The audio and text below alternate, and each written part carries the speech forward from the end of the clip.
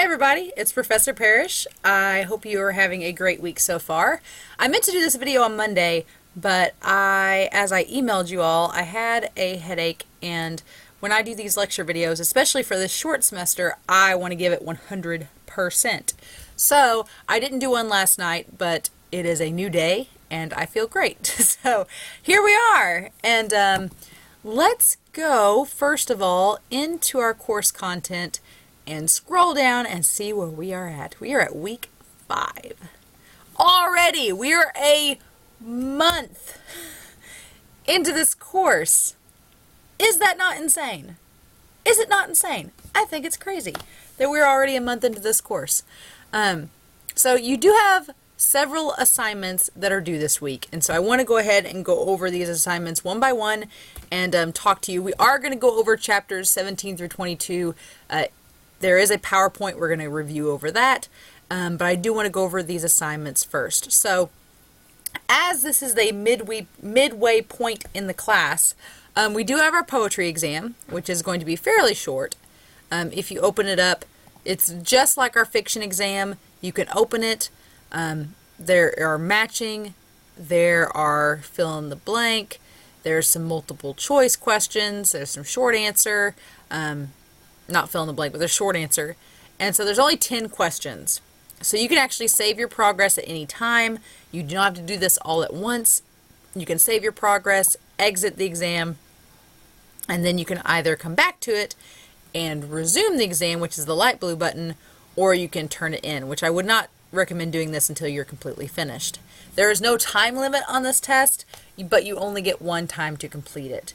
And in all honesty, this test is open book. So as long as you can go back through our lecture videos, see what terms I review, and have your book with you ready to answer questions, you should do fine on this exam. All right? Only 10 questions, 25 points, should be an easy task. As for the other assignments due, your poetry paper is due this week. All paper 1s are graded. I apologize for it taking so long, but they are all graded and you should have those back. Overall, everyone did a great job on paper 1. I thought your stories were all interesting. They were creative. They were nuanced. They were exciting. I enjoyed reading every single one of them. You do have the option to revise this week if you would like to. In all honesty, though, if you received an A on paper 1, you're probably good to go. I did not get into specifically what you missed on the papers, if you got an A or a B, because there really were just tiny grammar errors. You could probably do a grammar check or a proofread and figure out what those are. So if you got an A or a B, I'd say you're probably good. If you got a C or below, you might consider revising. I think if anyone got a C or below on this paper, it was because it wasn't complete. It wasn't 3 full pages, so you might want to add some extra content. But usually I tell students if they have an A or a B on the paper, they're fine. They don't have to revise, but you're welcome to if you want to. But if you decide to revise, please email those to me. Please make sure it's in the correct format that I'll accept. Those revisions are due Sunday. So paper 2 is due Sunday as well. That's our poetry paper. And you can submit and upload the file here. It's out of 100 points. Your discussion forum, the posts are due by Friday. Your responses are due by Sunday, just like what we've been doing, so that assignment shouldn't be anything new. The thing that is new, we've all done exams, we've done paper drop boxes, and we've done discussion forums before. These assignments are just continuations of what we've already done. The grammar checkup is something new, and so I want to touch on that. This is just, we don't do a lot of grammar in this class because, in all honesty, this is English 122. By this point, I do expect you all to be at a certain level as a student, so the grammar mistakes that I've seen so far in papers have been very minute. They've been very small, so I've not felt any need to really call us out and review anything, but this is kind of my way of double checking how we're all doing, and also to check and see where we are in terms of MLA.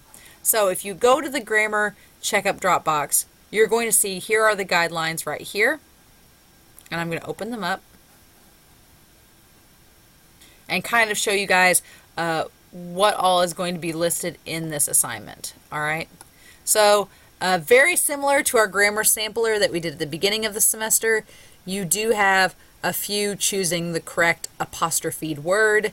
You have some sections here where you need to put quotation marks into the sentence where they belong.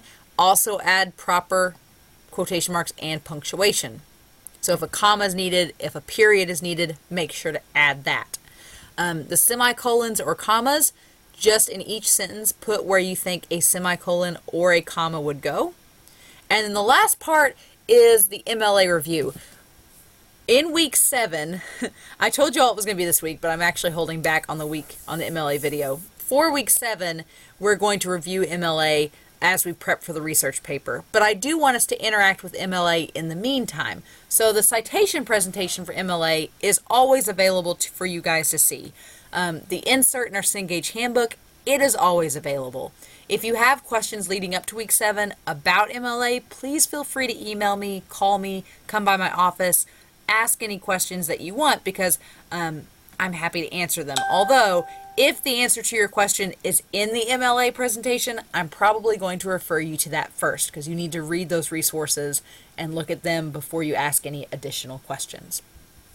So, for number 16 here and number 17, what I want you to do is to write out what is the format for MLA for these types of sources. So, for example, if I was doing a journal, if I was doing a journal as an example, I would do like author last name, author first name, title of journal article, journal publisher, date published, page number, medium.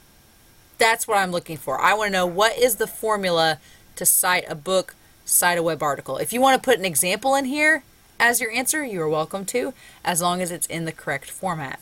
Now down here, for this section, 18, 19, 20, and 21, I am asking you what would be the in-text citation if you had a source like this. So a book, for example, if you had a book with one author and the author wasn't listed in the essay by the in-text citation, how would you cite this? Spoiler alert, the answer to all of these questions and all of these questions here is in the MLA citation presentation. So if you go back and look at that PowerPoint, the answers to these 6 questions are in that PowerPoint, okay? So just make sure you go back and look at it. I just want to make sure, 1, you've actually looked at the PowerPoint, and 2, that you are up to date on MLA so that when I talk about it in a couple of weeks, it's not something foreign or new to you, which you all have taken 121 to get to this point, so you've at least experienced MLA, but I know that we all come from different backgrounds. Some of you may have taken English 10 years ago and MLA has changed. Some of your instructors may not have used MLA to the full extent that we do. So I just want to kind of double check where everybody is. All right. So that's the grammar checkup, and it's due by Sunday. So everything this week is due by Sunday except the discussion forum post. Those initial posts are due Friday for full credit. You can still turn them in Saturday or Sunday, but I'm going to dock 10 points if they're late, okay? So just keep that in mind. But yeah, we've got a lot to do this week, so I would definitely get started now. Something that some of you may have noticed in weeks prior is that this class is not rewarding on procrastination. So please make sure you are not. I would not wait until Sunday to do all 4 of these assignments. It will be a lot to get done in a day.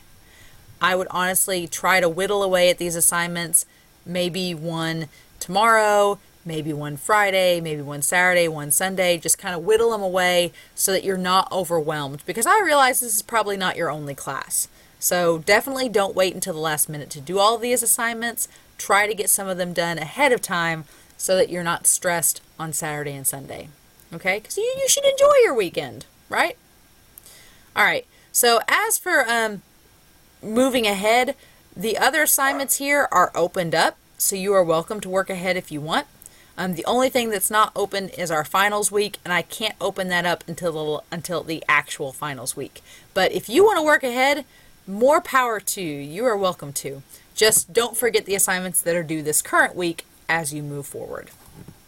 All right, so that's about it content-wise of what's due. Now I want to go over the chapters to finish up poetry this week. So as we look ahead, looking at chapters 16 through 22 in our Discovering Literature textbook. Chapter 16 talks about symbolism. So we've discussed symbolism in fiction and prose, and now we are applying it to poetry. We have a couple of terms here. One is allegory. An allegory is where symbols work together to create a pattern throughout a poem. These symbols can have double meanings, so places, colors, names, seasonal things like elements of nature like leaves, trees, water, things found in nature. These can all have extra symbolic meaning, and they can work together to kind of create an allegory. The glossy pages on 762 show symbolism within both the pictures chosen and the poems that represent them. I actually like this set of glossy pages better than the other version, so I would definitely look through these. There's several in there that I really like, that I'm quite drawn to, so I'm curious to see which ones you gravitate towards, and one of our future assignments will ask you about that, so just kind of keep that in mind. But I do like this set of glossy pages a bit more than the first one we looked at last week. Chapter 17 talks about a web of language, which are words. And we talked at the very, very beginning of our poetry unit about how poetry is language at its best. And the words within a poem are the key factor to that. If you are a good poet, you are going to dig and dig until you find the exact word that you need to describe the poem that you're creating. Poets have a keen eye for the emotional quality of words, so they very much know the difference between the denotation and the connotation. And we've talked about this in prose. Denotation is the direct dictionary definition, whereas connotation is the emotional meaning behind it. And a good poet will be able to kind of weave in that emotional meaning and denotation as well to kind of create this symbolism behind the words used in the poem. Poets have a keen eye for differences in tone, so they can understand that tone is the attitude that words create. And poets understand that you can create an attitude instantly by putting in the right word. Like a poem can go from apologetic to insinuating to malicious with just a simple change of words and tone. Archaic language is talked about in this section. If something is archaic, it's outdated, it's antiquated, it's just out of date. And I think people struggle with Shakespeare's poetry quite a lot, and his drama as well, because the language used in those poems, in those plays, are very much archaic language. We don't say, thou art shalt, thou thine, go to thou'st. We don't use that language anymore. So it's harder for us to understand the context of the words and their meanings if it's language we don't use. And the cool thing about language is it's constantly changing and developing. A few years ago, friended, which, side note, drives me crazy because friend is a noun, and now they've made it a verb by creating friended because of Facebook, and I'm going to get off my soapbox, but I don't like using words, using nouns and creating the verbs out of them. It's just not good. But anyway, here we are.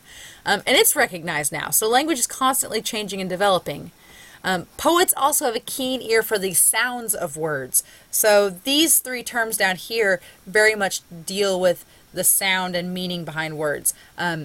Our own SIC president, Dr. Rice, he was once the speech coach here at SIC, and I had him as a coach, and he always told us his favorite word in the English language was onomatopoeia, which basically means that words sound like they are spelled.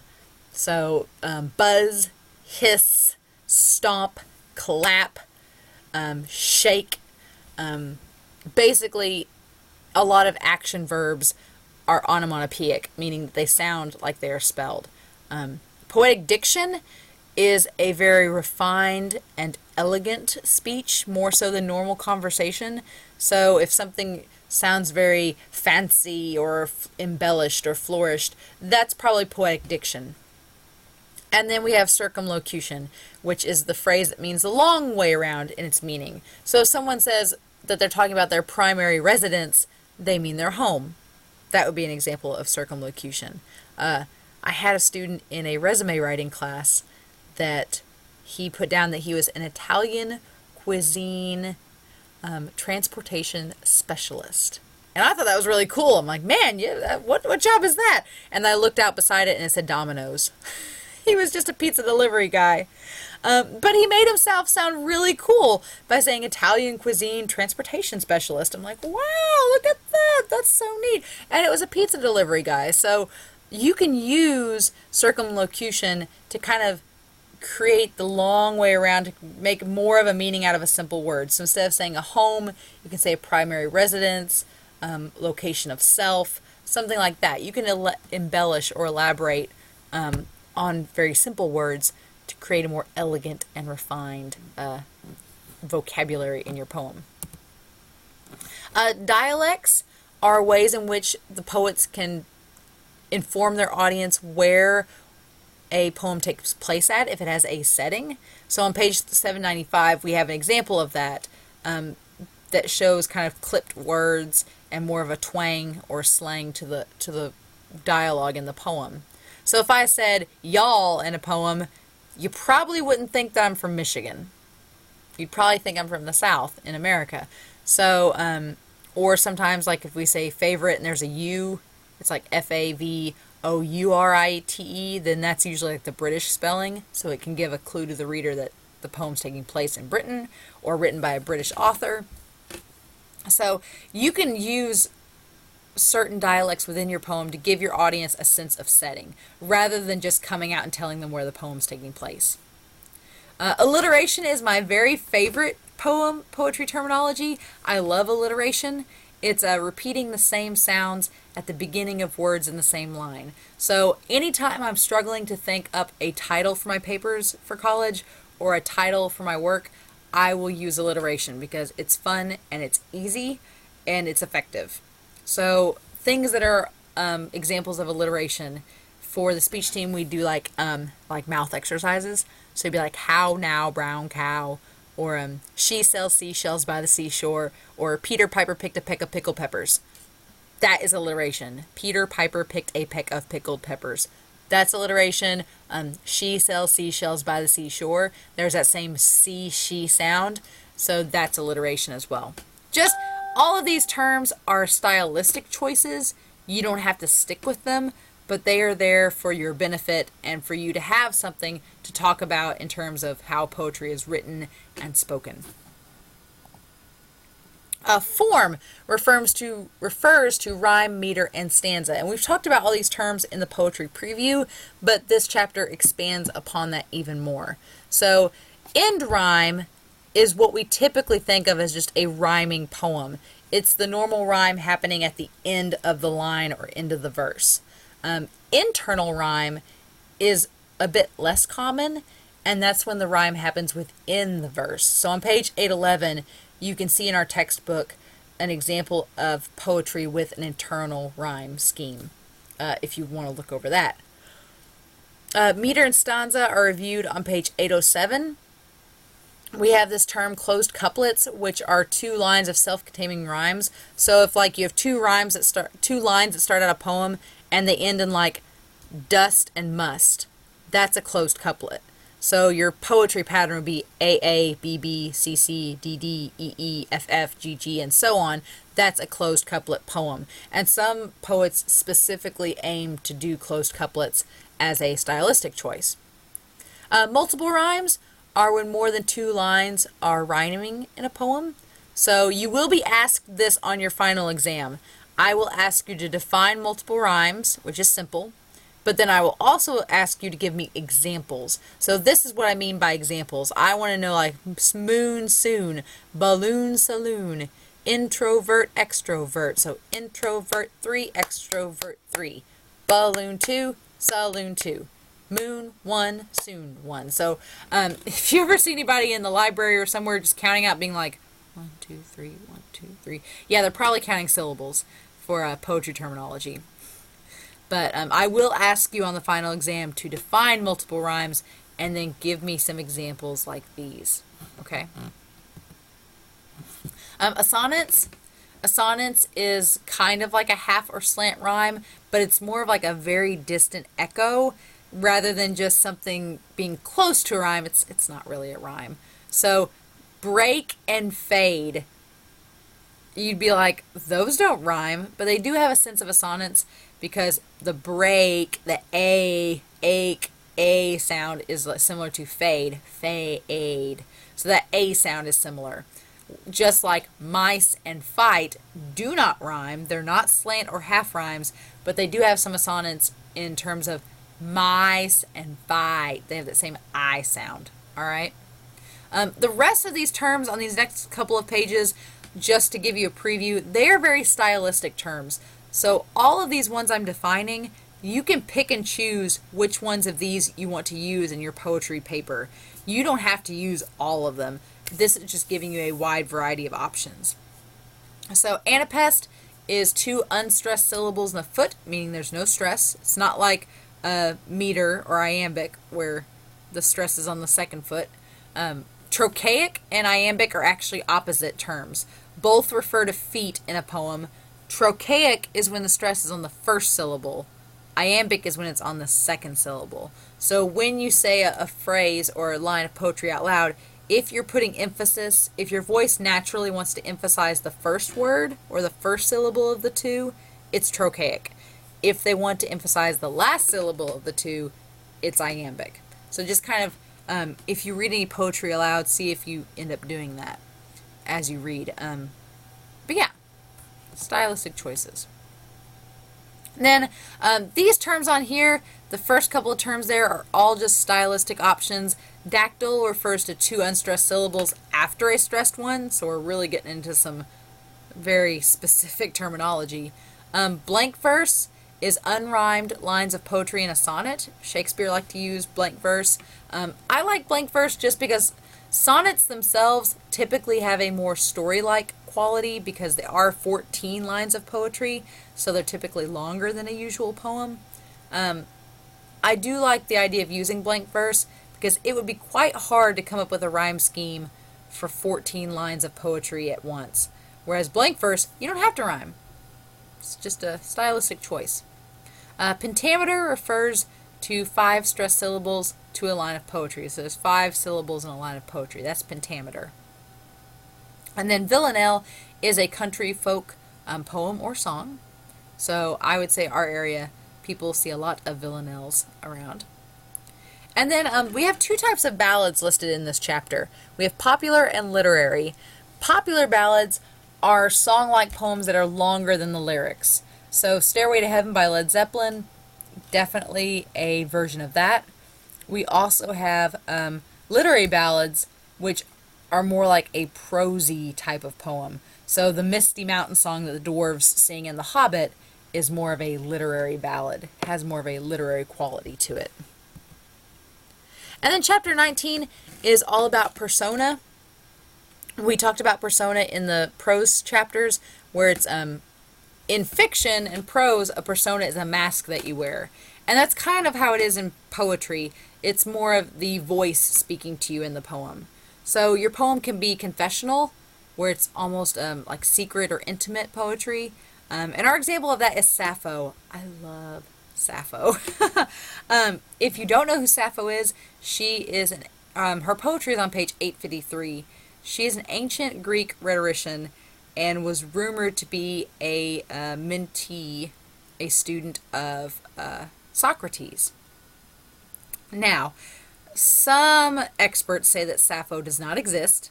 Some say that it was Socrates writing as a woman for fun, which I think makes no sense. Or that it was someone that was a student of Socrates, and Socrates actually ended up helping her a lot with her poetry. I like to think that Sappho is a real poet and that her work was just delegitimized because she was a woman in ancient Greece who could write and write good poetry. You can find some of her poems. A lot of them have been lost over the centuries, but you can find some of hers. They're they're all about love, specifically, and you can look up some of those and read them yourself. But I honestly think Sappho is real. I think she was a student of Socrates, and she was just that good that he was like, yeah, you can stick out with me and write poetry, sure. I don't buy the stories that she's actually Socrates posing as a woman. I just don't buy it. But yeah, definitely check out her poem there. And then the persona of a poem can do a number of different things. They can share real life experience by adding their own personal feelings to the mix. They can present a guarded or edited version of subject matter. So if we're talking about like an abusive situation, they can present a more edited or clean version of that from their perspective. They can adopt the stance of a detached observer. So if someone using a persona in a poem doesn't want to be recognized, they can just be kind of like pretend they're a fly on the wall, and that's their perspective in the poem. And then finally, they can be an imaginary character, like Dr. Seuss has created for himself. So again, lots of options and terminology to think about with persona. And chapter 20 is the language of emotions. So we've talked about tone, which is the attitude created through words in a poem. Understatement, the poet playing down personal feelings to create a stronger impact. Dylan Thomas's Do Not Go Gently Into That Good Night is an excellent example of this on page 880. So please check that poem out. Just the idea that you play things down so that they seem more impactful when they happen. Elegies. Elegies are very similar to the poem version of an obituary. They are tributes. They are poems of mourning.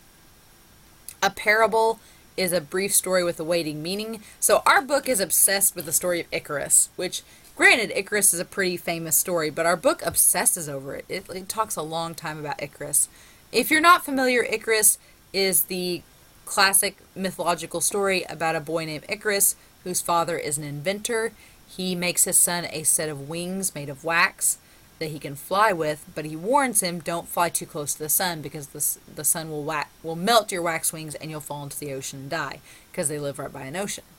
Well, of course, Icarus does not follow his father's instructions and flies closer and closer to the sun, only for his wings to melt and for him to plummet to his death. It's a great, fun story. It's constantly repeated over and over again. And the meaning about ego and pride and the need to pay attention to your elders, let go of pride, let go of shame. Those all have a big dramatic impact and a weighty meaning to this very short story. Irony. Our book defines irony yet again, this time as a wry, humorous effect brought on by bringing out truths we'd prefer to hide. So basically just bringing out the truth of a situation. I don't know if I agree with that term for irony. I'm not sold on it, but that's how our textbook in this chapter describes it. And then paradox is the apparent contradiction that makes sense upon a second thought. I've never had to interact with that terminology with paradox, but I've had a couple of students apply it to their papers. All right. Theme is the idea of making meaning out of a poem, and even poems that are very short have to have some type of theme. There are things to avoid, though, when you write poetry in terms of theme. And the first thing are abstractions. The nice thing is you can cover a lot of ground and reach a wider audience by having some abstractions in your poem. The downside is if you're not specific enough, then you might lose some people in the process of reading your poetry. So just keep that in mind. Didactic is teaching already accepted concepts, ideas, or truths. So if something's didactic, it's already established and you're just going over it. Which you kind of want to avoid because you want your poetry to be fresh and have new ideas. And if you're just going over the same thing over and over again, it's going to be boring for your reader. And finally, a caricature is a comic distortion or exaggeration. And these are okay as long as they're not harmful. If you start to involve other employees or other students and things like that, it can be a bad situation. So just be careful how you use that in your poetry. And finally, myth and illusion. Not illusion. Illusion is magic tricks. Illusion is a little bit different. Myth comes from the Greek word mythos, which means tales or stories. Most poetry, just like when we talked about fiction, and we will talk about with drama, has to do with heroes or celebrated champions, redeemers, etc. The archetypes that are overdone, I feel, in terms of poetry and fiction would be the damsel in distress, the hero, the monstrous villain. All these have been done before. They're way overdone, and I just feel like we can come up with some more creative examples for those. Now, an allusion is a mention that calls up an idea in a story and usually leads to a flashback. So illusion's a magic trick. Allusion is a callback that leads to a flashback. So when somebody's like, I remember when, and usually in a TV show, like the screen would go all bubbly and wavy and then we'd be in the past. That's kind of how this is. Your allusion is the way that you go into the past in your story. An ode is a tribute for solemn subjects, so it's very similar to an elegy. Metamorphosis is a transformation, and we have a third set of glossy pages on page 954. So definitely look at those two. I don't like them as much as the second set, but you may like them. And then finally, the tale of Icarus is told over and over again in numerous forms. So we see it a lot in this textbook Icarus talked about. I used to show in my face-to-face classes for 122, we used to watch Birdman for a couple of years when it first came out, because I think that movie is very interesting.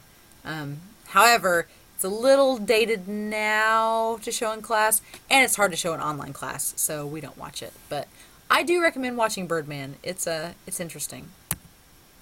And yeah, that is the end of this section. I'm sorry if I kind of sped through those last terms, but in all honesty, most of those terms in those chapters are all stylistic choices. So the idea is that we're just giving you a lot of different terms that you can focus on in your paper number 2 that we're doing for this week. So if you have any questions, please let me know. Otherwise, I hope you all have a great week, and I will talk to you all soon. I'm excited to read your papers, and I can't wait to see them, and hopefully I will get them all graded a little bit earlier than this last one. All right? Let me know if you have questions. Otherwise, have a great week. See you all later. Bye.